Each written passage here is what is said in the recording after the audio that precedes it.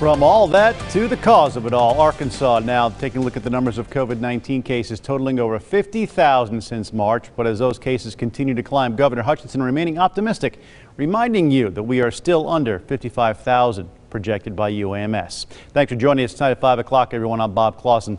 Let's go and take a look at the latest report from the Arkansas Department of Health. Today, the state recorded 642 new cases of COVID-19, bringing us to 7,343 currently active cases in Arkansas. Hospitalizations decreased by 6 to a current total of 508, with 117 remaining on ventilators. We learned of 11 more people who have died from the virus. 5 of those were delayed reports, bringing the death total now to 555. As the beginning of the school year continues to draw closer, many are voicing their concerns about kids returning to the classroom.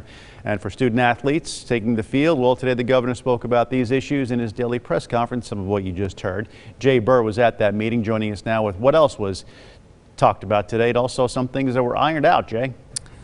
Well, not quite ironed out, but as we do inch closer to school starting here in Arkansas, there will always be some question as to should we start school in buildings with the way the state has been trending with the numbers you just mentioned, Bob. The Arkansas Education Association held a meeting today with lawmakers to voice their concerns. And from that meeting ultimately came that the association wants to start school in an all virtual setting. The leaders of the AEA say that they do understand the importance of in-class learning, but think protocols and procedures are too risky and disruptive in that environment. Now, Governor Hutchinson remains of the position that school will start in classrooms this fall, and then the situations across the state can be monitored.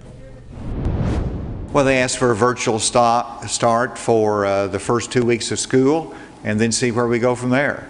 We're having the opposite approach, which is let's start school in classroom instruction. Let's do everything we can to be successful. And if we have to adjust down the road in individual school districts, we will do that.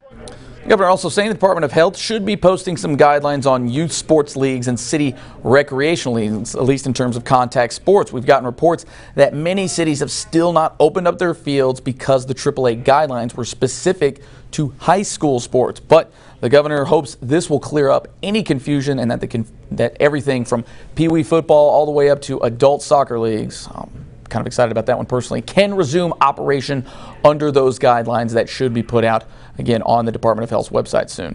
Bob? We've all got a vested interest. Jay, thanks very much.